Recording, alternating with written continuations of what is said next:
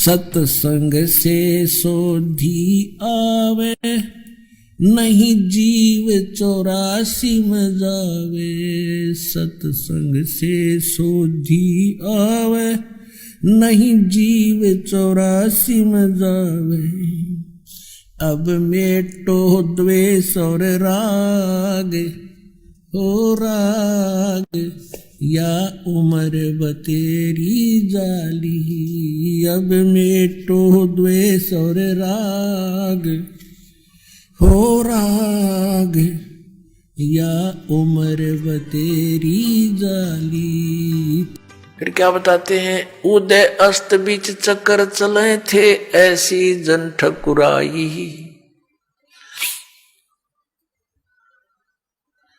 चुनक ऋषि स्वर कल्प किया, तब खोज न पाया राई। मन तू सुख के सागर बसरे, भाई और न ऐसा यश रे। जैसे एक मानदाता चक्रवर्ती यानी पूरी पृथ्वी के शासक थे, सार्वभौम उसका राज्य था, और चुनक ऋषि ने उसका सर्वनाश कर डाला। कितने ठाठ बाट थे, पता नहीं क्या आशाएं लगा रखी थी, और ऐसा काल ने घटना घटा दी, पूरी सेना मार दी गई और वो कंगाल हो गया।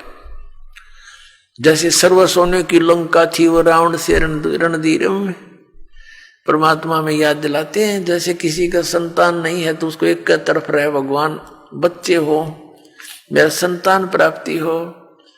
और इस तत्व ज्ञान के अभाव से तो हम पुत्री को तो संतान में नहीं गिना करते हैं, पुत्र हो बस।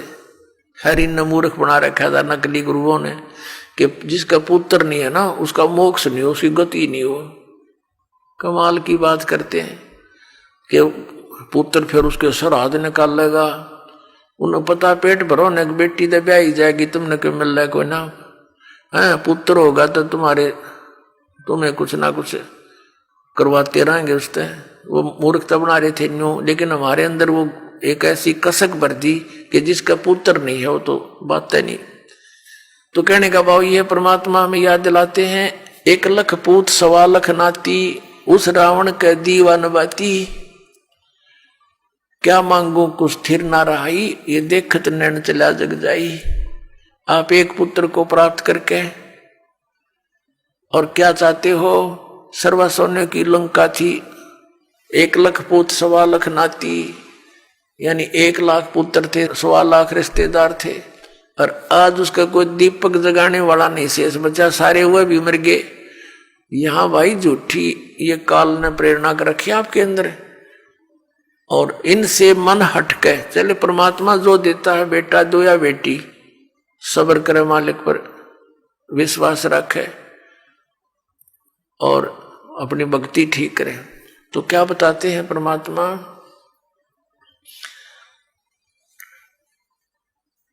कि तुम यहां इस काल के लोक में कितने दुखी हो और कितनी बार तुम्हारा जन्म मृत्यु हो चुका है। क्या बताते हैं, कोटि जन्म तन भरमत होगे, कुछ ना हाथ लगा रे। कुकर सुकर खरबया बोरे, कौआ हंस बुगारे। कोटि जन्म तू राजा की न्या, मिटी न मन की आशा। भिक्षुक होके दर दर घूम्या, मिलान निर्गुण रासा। इंद्र कुबेर ईश की पदवी, ब्रह्मा वरुण धर्मराया। विष्णुनाथ के पुर को जाके तू फिर भी वापस आया। असंग जन्म तन मरत्या होगे, जीवित क्यों न मरे रे। 12 मद महल मठ बोरे, बोर न दे धरे रे। दोजक भिष्ट सभी ते देखे, राजपाट के रसिया। 3 लोक से तरपत नाही, ये मन भोगी खसिया। सतगुरु मिले तो इच्छा मेटे, पद मिल पदे समाना। चल हंसा उस लोक पठाऊं, जो आद अमर अस्थान। 4 मुक्ति जा चंपी करती, माया होरी दासी। दास गरीब अभय पद पर से, वो मिले राम अविनाशी। आदरणीय गरीबदास साहिब जी को परमात्मा सतपुरुष कबीर परमेश्वर स्वयं सतलोक से आकर के गांव छुड़ाने के जंगल में, जहां वो गौवें चरा रहे थे, 10 वर्ष के बालक और साथ में और भी बहुत से बड़े आयु के पाली गवाले थे, तो वहां परमात्मा जिंदा बाबा का रूप बना करके एक यात्री की तरह आ रहे थे। सतलोक से आकर उतरे, ऐसे चलते दिखाई दिए। बच्चे वहां खाना खा रहे थे। तब परमात्मा को देखकर साधु संत में बड़े बड़े पाली थे, ग्वाले, और सबसे छोटा गरीबदास जी थे, बालक 10 वर्ष का। सभी ने प्रार्थना की, महात्मा जी भोजन पालो, भोजन पालो, आ जाओ बैठो। परमात्मा ने कहा जिंदा बाबा के रूप में कि बच्चों, भोजन तो मैं अपने गांव में खा के आया हूं। आपका गांव कौन सा है? पालियों ने पूछा कि सचखंड सतलोक है मेरा गांव। कितनी दूर है यहां से? कि 16 शंख कोस की दूरी पे। बच्चा ने सोचा 16 कोस होगा। कहने लगे बाबा जी इतनी दूर से चलकर आए हो, कुछ तो खा पी लो। हम ऐसे नहीं जाने देते अपने अतिथि को, आपने दूध तो पीना ही पड़ेगा। ये एक विशेष अतिथि सत्कार था हमारे गांव में। राह चलते व्यक्ति को बहुत सत्कार से आहार कराते थे, रोकते थे, भाई सफर लंबा है, कुछ देर रेस्ट कर ले, कुछ खा पी ले, फिर चला जाना। तो परमात्मा ने कहा भाई दूध अगर पिलाओगे ना, मैं तो कुंवारी गाय का पिया करूं दूध, कुंवारी गाय का दूध पीता हूं। तो वो दूसरे जो पाली थे बड़े, को 50 वर्ष का, को 30, को 40 वर्ष का, वो कहने लगे बाबा जी मजाक ना करा करते, आप मजाक करते हो, कुंवारी गाय दूध देती है। अगर भाई देख लो दूध पिलाना है तो कुंवारी गाय का पीता हूं मैं। तो गरीबदास जी लाए एक बछिया पकड़ के, 100-150 गाय वहां चल रही थी, गौवे कुंवारी बछिया लाए जो दूध पीना छोड़ रखा था, 1.5 वर्ष की आयु की, और कहा देखो महाराज इसके बच्चा तो है नहीं, दूध कैसे देगी, जैसे बालक बोला करते हैं। परमात्मा ने कहा कोई पात्र है दूध निकालने का? कहा जी ये छोटा सा 5-7 किलो का वो घड़ा था, छोटा 2 मांझ का रखा हुआ था। कहने लगे इसको यहाँ रखो, इसके नीचे। कबीर परमेश्वर ने जिंदा बाबा के रूप में उस गऊ के कमर पर थपथपी मार दिया, आशीर्वाद भरा हाथ रख दिया। उसी समय लंबे लंबे सतन हो गए और दूध की धार निकली चारों स्तनों से। जब वो पात्र भर गया, गरीबदास जी लेकर आगे, नो बोले ले महाराज जी पी लो, आपने निकाल लेते। अब आधा परमेश्वर ने पिया, शेष छोड़ दिया। नो बोला, परमात्मा ने कहा ले भाई बच्चों दूध पी लो, ये अमृत है, ये सतलोक से आया है मेरे गांव से। अब वो पाली कहने लगे हम ना पीवा जादू जंत्र का, तो के मेरा किस जाति का तने झूठा कर दिया, अब तक बिल्कुल ना पीवा। वो तो उठकर चले गए, वो नो भी डर गए, मेरा निकी सा जादूगर है, बच्चिया का दूध निकाल दिया। गरीबदास जी ने कहा लाओ जी मुझे दे दो आपका ये अमृत, कैसे कब मिला? यानी कहते हैं सकल पदार्थ है जग माही, कर्म ही नर पावे नाही। फिर गरीबदास जी को परमात्मा सचखंड लेकर गए थे, पूरे सतलोक से सारी व्यवस्था से परिचित करवाए, जैसे आदरणीय नानक साहिब जी को साथ लेकर गए थे। ऐसे इन महापुरुषों को जिसके आपको दास शुभ नाम गिनाता है, इनके साथ सबके साथ ऐसी ही लीला की थी। आदरणीय गरीबदास साहिब जी को मृत जान लिया था और चिता पर रख दिया था। 8-10 घंटे बीत गए थे इस प्रोसीजर में। फिर परमात्मा ने आत्मा वापस बॉडी में भेज दिया, एकदम खड़े हो गए, चिता से अपने आप उठकर चल पड़े। उसके बाद ये अमृतवाणी बोलनी शुरू करी थी। मन तू चल रे सुख के सागर, जहां शब्द सिंधु रत्नागर, कोट जन्म तन भर मत होगे, कुछ ना हाथ लगा रे, कुकर सुकर खरबया बोरे, कौआ हंस बुगारे। उस आंख को देखे सचखंड सतलोक को ऐसे वर्णन किया कि कोटि जन्म तन भर मत होगे, कुछ ना हाथ लगा रे। इस काल के जाल को समझने के लिए एक छोटा सा उदाहरण दास आपके सुनाना चाहता है। आदरणीय नानक साहिब जी सतयुग के अंदर यही आत्मा, पुण्यात्मा राजा अम्बरीश थे। राजा अम्बरीश एक बहुत बड़े साधक थे, पुण्यकर्मी प्राणी थे, दयालु थे। अब देखो पुण्यात्माओं, परमात्मा की एक वाणी है कबीर परमेश्वर की कि जो जन मेरी शरण है ताका हूं मैं दास, गेल गेल लाग्या फिरूं जब तक धरती आकाश। फिर क्या बताते हैं, गोता मारूं स्वर्ग में जा बैठूं पाताले, कहे कबीर ढूंढता फिरूं अपने हीरे मोती लाल। तो ये परमात्मा हमारे साथ पहले से ही थे। हमें भ्रम था कि हम ये साधनाएं कर रहे हैं, शायद हमें इनसे लाभ हो रहा, नहीं।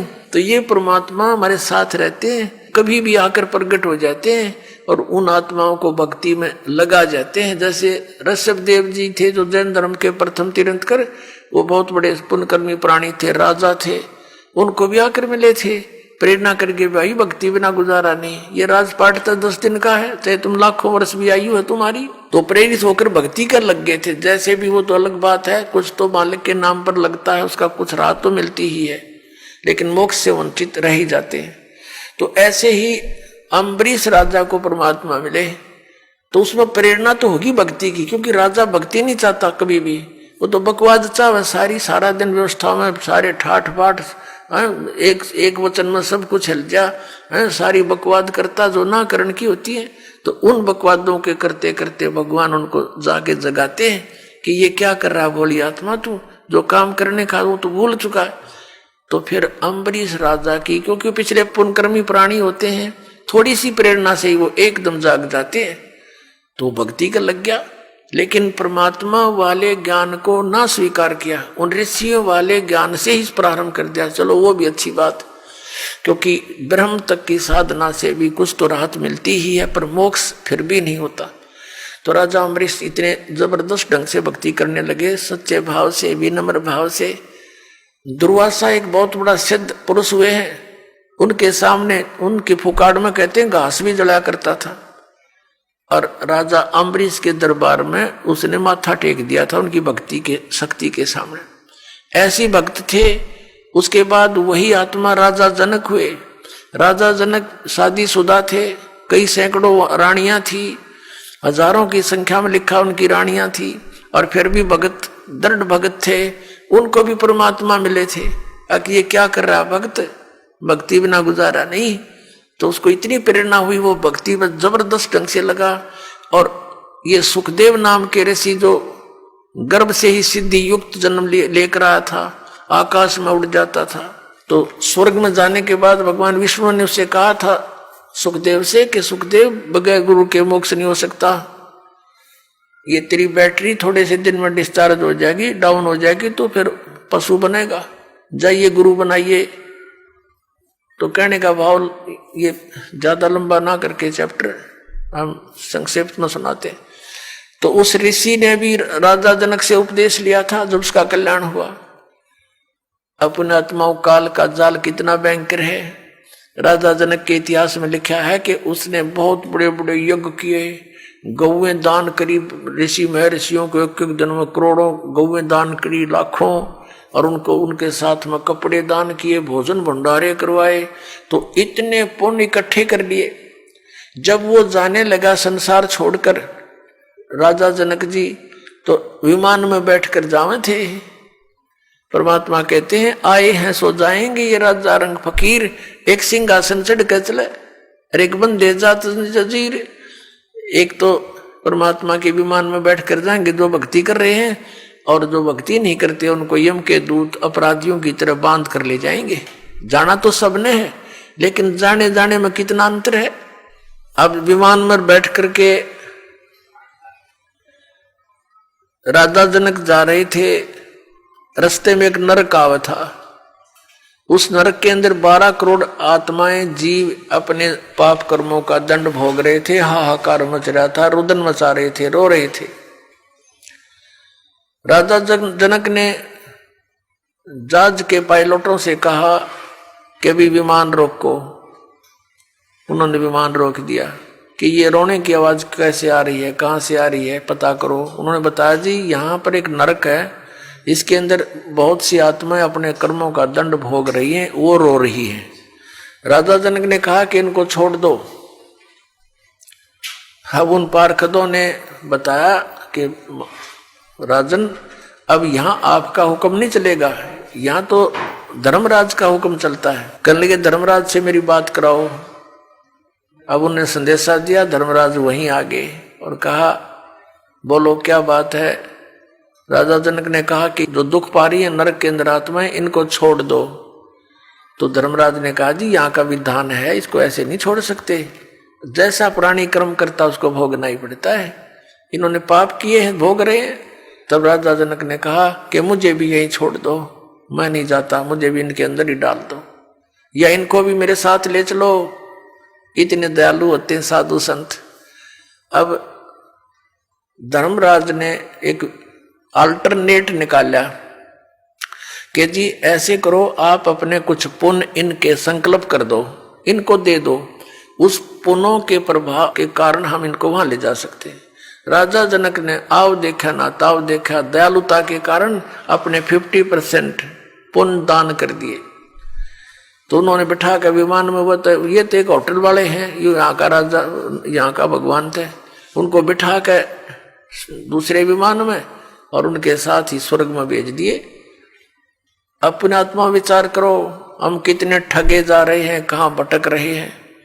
अब जब तक राजा जनक के द्वारा दिए गए वो पुण्य उनके रहेंगे 12 करोड़ उन आत्माओं के पास, तब तक वो स्वर्ग में रहेंगे। स्वर्ग में उनका समय पूरा होते ही उन पुण्यों का तुरंत फिर उस नरक में आएंगे अपने पिछले पाप भोगने के लिए, पाप तो शेष उसके। और उधर से राजा जनक को ठग दिया, 50% डिस्चार्ज करवा दिया, वहीं पर डाउन उसका खत्म करवा दिया पुण्य। अब वही पुण्यात्मा स्वर्ग का समय भोग कर अब कलयुग के अंदर आदरणीय नानक साहेब जी के रूप में ये कालूराम मेहता खत्री के घर पे हिंदू परिवार में जन्म हुआ। और पहले तो हजारों की संख्या में नौकर होते थे, और फिर वही आत्मा एक सुल्तानपुर के राजा के यहाँ नौकर लगे आकर के, ये काल हमारे साथ ऐसे धोखा करता है। और वो परमात्मा कहता है गोता मारू स्वर्ग में जा बैठूं पाताले, कहे कबीर ढूंढता फेरूं अपने हीरे मोती लाल। जो जन मेरी शरण है ताका हूं मैं दासे, साथ साथ लाग्या फेरूं जब तक धरती आकाशे।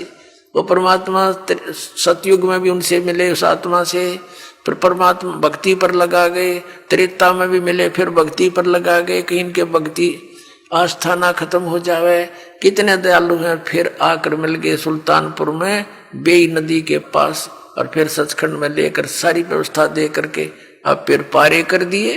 कहते हैं जब लग धरती आकाश उसके साथ रहूंगा, पार करके छोड़ूंगा तुमको।